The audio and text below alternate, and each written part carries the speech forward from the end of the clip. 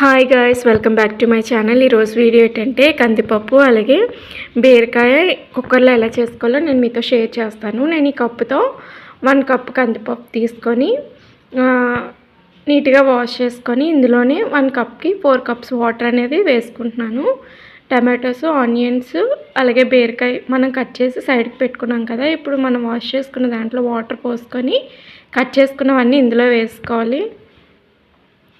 ఇది బ్యాచిలర్స్ కూడా ఒకసారి ట్రై చేయండి. చాలా ఈజీగా సింపుల్గా అయిపోద్ది.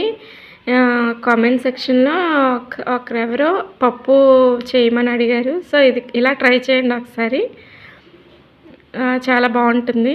సో పచ్చిమిరపకాయలు మనం అన్నీ వేసుకున్న తర్వాత ఇందులోనే 1.5 టేబుల్ స్పూన్ కారాన్ని కూడా మనం యాడ్ చేసుకుందాము. ఇది 4 to 5 విజిల్స్ అనేవి వచ్చేంత వరకు మనం ఉడికించుకోవాలి. చూడండి, విజిల్స్ అయిపోయిన తర్వాత ప్రెషర్ అంతా పోయిన తర్వాత మళ్ళీ స్టవ్ అనేది ఆన్ చేసుకొని ఒక 2 మినిట్స్ మనం ఉడికించుకోవాలి. మళ్ళీ మనం సాల్ట్ యాడ్ చేయలేదు కదా, ఇప్పుడు ఈ టైంలో సాల్ట్ అనేది యాడ్ చేసుకొని మనకి ఎంత కన్సిస్టెన్సీలో కావాలో అంతవరకు మనం దగ్గరగా బాయిల్ చేసుకోవాలి. అలాగే ఇప్పుడు పోపుకు కావాల్సింది పోపులు, ఎండుమిరపకాయలు, వెల్లుల్లిపాయలు, జీలకర్ర, కరివేపాకు అలాగే కొత్తిమీర.